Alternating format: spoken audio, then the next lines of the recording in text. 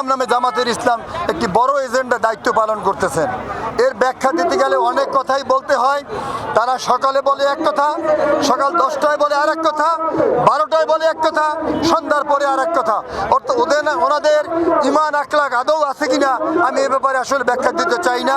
এদেশের মানুষ ভালো জানে। কোরআনের কথা বলেই ওরা কোরআনের বিরুদ্ধে আইনটা বাস্তবায়ন করার চেষ্টা করতেছে। ওনারা শুধু ক্ষমতায় যাওয়ার জন্য চেষ্টা চালাচ্ছে। আরে ভাই, এই 18 কোটি 19 কোটি মানুষের মধ্যে ধোঁকা দিয়ে নির্বাচন করে ভোটে জিতে ক্ষমতায় যাওয়ার সুযোগ নাই। এই দেশে ক্ষমতায় যেতে হলে এই রাষ্ট্র পরিচালনার জন্য যথেষ্ট অভিজ্ঞতা থাকতে হবে। সেই অভিজ্ঞতা বাংলাদেশ জাতীয়তাবাদী দলের রয়েছে। ওনারা আরও সুসংগঠিত হোক, ওনাদের ভুল ত্রুটি আরও সংশোধন হোক, বিএনপির কাছ থেকে কিছু শিক্ষা নেক, তারপর চিন্তা করুক এই দেশের রাষ্ট্রীয় ক্ষমতায় যাবে কি যাবে না। তারপরও আমরা চাই এই দেশে শান্তি বিরাজ থাকুক, এই দেশ থেকে অশান্তি চলে যাক, সাম্প্রদায়িক দাঙ্গা চলে যাক।